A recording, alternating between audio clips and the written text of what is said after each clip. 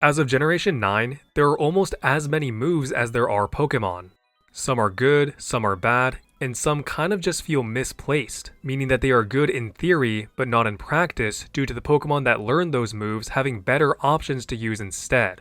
So in this video, I want to take a look at these quote-unquote bad moves and theorize what Pokémon they could actually be good on. I recently did this same video but with abilities, which I recommend you check out. Like that video, I'll be enforcing some rules, and this time I'm saying no moves or Pokemon that are banned in the Stabmon's other metagame format on Pokemon Showdown to help prevent any obviously broken combinations, since most combinations I'll be discussing are stab moves, and all the non-stab moves I'm suggesting definitely aren't broken enough to be banned in any other metagame format. And remember that the point of this video isn't to make sense thematically, so none of these moves will necessarily make sense on the Pokemon, because if I did it like that, I'd essentially have no video at all. First, we have Sky Attack on Talonflame. Sky Attack is a very powerful physical flying type attack at 140 base power, 90% accuracy, with a high crit ratio and a chance to flinch. The catch though is that it's a 2-turn charge move. 2-turn charge moves can be made into 1-turn moves from the Power Herb, but they are generally not worth using unless that move grants some kind of stat boost or there's a way to bypass that charge turn from a field condition. Sky Attack grants no boost and has no field condition that causes its charge turn to be bypassed, so it is not a great option on most physical attacking flying types since they'd much rather just use Brave Bird.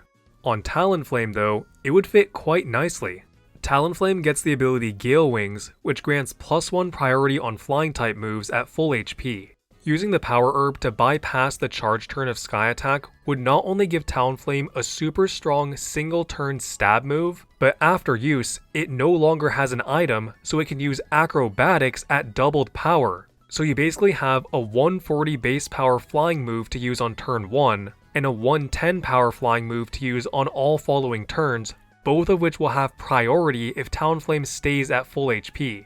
Considering the fact that most singles Talonflame sets these days don't even use Gale Wings, and the few that do sometimes don't even use an item, having a way to get rid of your item while dealing 140 base power priority stab damage to then boost Acrobatics after would make Sky Attack actually good on Talonflame.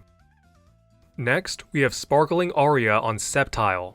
Sparkling Aria was the signature move of Primarina that was then also given to Lapras in Gen 8, but neither of them really want to use it because it's kinda just a worse Surf, a move they both get. They are both 90 base power, 100% accurate, special attacking, water type, and hit all surrounding Pokemon in doubles, but Sparkling Aria has a weird secondary effect that it cures the target's burn, something that you generally don't want to do. I guess it could cure a burn on an opponent that has Guts, which would allow you to remove their attack boost, but they're just going to get re-burned from the Flame Orb at the end of the turn anyway. What I haven't mentioned though is that Sparkling Aria is a sound-based move and therefore interacts with the Throat Spray.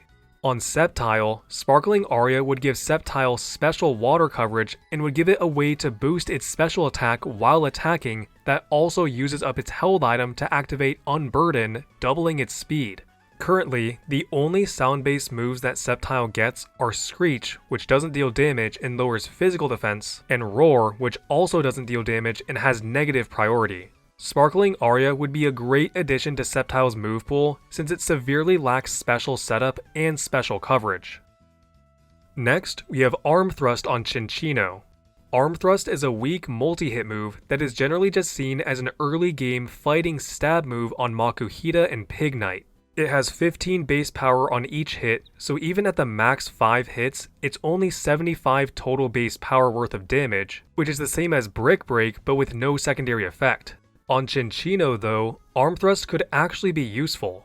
Cincinno gets 2 abilities that work great with multi-hit moves, Technician and Skill Link. Technician is good because it boosts the power of moves 60 and lower by 50%, and since all multi-hit moves have a base power of 60 and lower, it boosts all multi-hit moves. Skill Link ensures that a multi-hit move will always hit the max number of times, which is 5 for most of them, making them much more consistent options to use. As a normal type that gets Tail Slap for stab, Arm Thrust would give it a multi-hit move for coverage into Steel and Rock types, both types that resist normal. With Tidy Up for setting up, and Loaded Dice for more consistency on Technician sets, and Focus Sash for increased survivability on Skill Link sets, Arm Thrust on Cincinno would be very solid. Next, we have Bestow on Conkeldurr. I bet a lot of you don't even know what Bestow does because no one ever uses it. Bestow gives the target your item. That's it. It does not swap items with the target, so if the target already has an item, or if the user doesn't have an item, the move fails completely. It was hard to come up with a genuine use case for this move, but I think you'll like what I came up with for Conkeldurr. Conkeldurr gets the ability Guts, which boosts its attack when inflicted with a non-volatile status condition. The most consistent way of self-inflicting a status condition is with the Flame Orb, so this is typically Conkeldurr's preferred item. After the Flame Orb activates though, you have no need for it since you only need it to get burned the one time. Conkeldurr also conveniently gets the move Knock Off, which removes the target's held item. So what I'm thinking is that Conkeldurr uses Knock Off turn 1 to remove the target's item, then gets burned by the Flame Orb at the end of the turn, then uses Bestow turn 2 to give the target the Flame Orb, burning them at the end of the turn in the process. Is this a good use? No. But is it something that makes Bestow better than useless? Yes, which is the goal of this video. It's also worth mentioning that Bestow bypasses Protect and Substitute, so maybe it could have a use in doubles where Protect is so frequently used and could maybe have synergy with an ally doing the knocking off instead. Next, we have Snap Trap on Ferrothorn, which pains me to pronounce that way, but this is apparently the correct pronunciation. Snap Trap is the signature move of Galarian Stunfisk, and it is a 35 base power, physical attacking grass type binding move, moves that trap the target and damage them by 1/8 of their max HP every turn for 4 to 5 turns. Binding moves with 100% accuracy are hard to come by, and it's really just this move and Infestation. Infestation though has a really low 20 base power, so Snap Trap having 35 base power is actually quite high considering it still has 100% accuracy, which isn't the main reason to use the move, but it is a nice bonus. Unlike Galarian Stunfisk, Ferrothorn would be a great user of this move, since not only does it have stab and a higher attack stat, but it has a way better kit for stalling out its opponents. Its ability damages attackers that make contact, and it gets Leech Seed for even more residual damage. Throw on Rocky Helmet too, and you're potentially taking away over half of your opponent's HP on a given turn without even attacking. Next, we have Mountain Gale on Weavile. Mountain Gale is the signature move of Hisuian Avalugg, and it's a 100 base power, 85% accurate, physical attacking ice type move with a 30% flinch chance. On Hisuian Avalugg, a mon with 38 base speed, the flinching secondary effect will hardly ever come up, and the shaky 85% accuracy doesn't make it a clear choice over other physical ice moves like Avalanche, Ice Spinner, and Icicle Spear. On Weavile though, it absolutely would be able to take advantage of the flinching secondary effect with its 125 base speed. For the shaky 85% accuracy, Weavile has Hone Claws to increase attack and accuracy, allowing it to actually use Mountain Gale to its fullest potential unlike Avalugg. Now is Glacial Lance a way more consistent move to use in stab mons instead? Yes, but again, the idea of this video is to give second chances to moves that see little to no use on the mons that get them, and Glacial Lance has already proven to be a good move on Calyrex, unlike Mountain Gale, which is pretty mid on Hisuian Avalugg. Next, we have Fell Stinger on Scizor. Fell Stinger is a 50 base power bug type attacking move that increases the user's attack by 3 stages if it was used to knock out a target.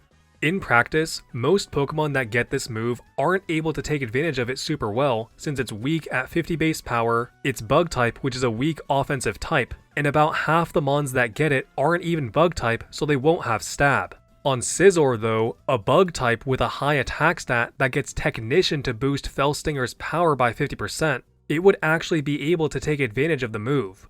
With Scizor's access to the stab Technician boosted priority move Bullet Punch as well, it would be in great position after knocking out an opponent with Fell Stinger. I was also thinking Heracross could be good as it also has a high attack stat and stab, but instead of Technician, it gets Moxie, so it would get +4 from knocking out a target with Fell Stinger. It just doesn't have any priority moves and has to rely on Trailblaze to raise its speed, which has much less immediate pressure compared to Scizor with +3 attack and a stab Technician boosted priority move.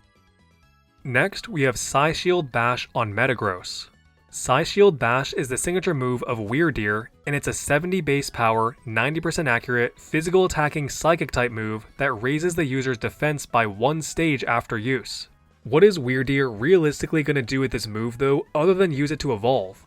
It doesn't get body press, so raising its defense isn't super advantageous, and if it wanted to take advantage of the stat boost with stored power or something, it would much rather just set up with Calm Mind. I think Metagross would be a great user of this move, since it also gets Stab, but has a higher attack stat, and could take advantage of the defense boost with Body Press since it actually gets that move and has much higher defense. Fighting allows Metagross to be able to hit Steel and Dark for super effective, with Steel resisting Steel and Psychic, and Dark being immune to Psychic. Like Weavile, Metagross also gets Hone Claws to raise attack and accuracy, which could help patch up the 10% miss chance. Would Metagross realistically want to use Psyshield Bash over Psychic Fangs? Probably not, but it would be a decent alternative since it accomplishes both Psychic Stab and raising a stat, which could possibly free up a move slot to not have both Iron Defense and Psychic Fangs if using a Body Press set. Lastly, we have a bonus round of moves that I didn't include in the main list for one reason or another, but I still thought it would be fun to mention them somewhere. Porygon Z is banned in Stabmons, likely because of the existence of Boom Burst, but I also thought it would be fun to point out that Technoblast, the almost completely useless signature move of Genesect, would actually be good on Porygon Z due to it having high special attack, stab, and adaptability. Clamp would be good on Dondozo for the same reason that Snap Trap would be good on Ferrothorn, but this would pretty much be the exact same entry, so I didn't feel that I needed to include both of them on the main list. Barb Barrage would be good on Pheasantipity, with it getting Toxic Chain to more easily poison things, but I tried it out myself in Stabmons and it was really underwhelming, and it's probably not even that much better than it is on Overqwil. Twin Beam would be good on Mr. Mime, with it getting Stab and Technician to make it essentially 120 base power, but I don't know, I just kinda thought of this too late. Zing Zap would be good on any physical attacking electric type, Fire Lash would be good on any physical attacking fire type, and Dragon Hammer would be good on any physical attacking dragon type, all things that I mentioned in my How to Balance Every Type in Pokemon video. And those are bad moves that could be good if they were on the right Pokemon. Here are a bunch of other moves that I tried to make work, but they're so bad that I don't even know where I'd start. Definitely let me know if you can think of anything though. Anyway, if you want to support me and my channel, just leave a nice comment since I do read all comments. You can also become a member for 99 cents USD to get a badge next to your name and early video access like all of these lovely people. If you want bonus content, check out my second channel, Extra Bell, where I post videos I've scrapped for this channel, as well as more casual, unscripted videos. Likes are also one of the ways that YouTube determines if a video should be passed around to more people, so if you feel that this video deserves to be, I would appreciate it. Thanks for watching.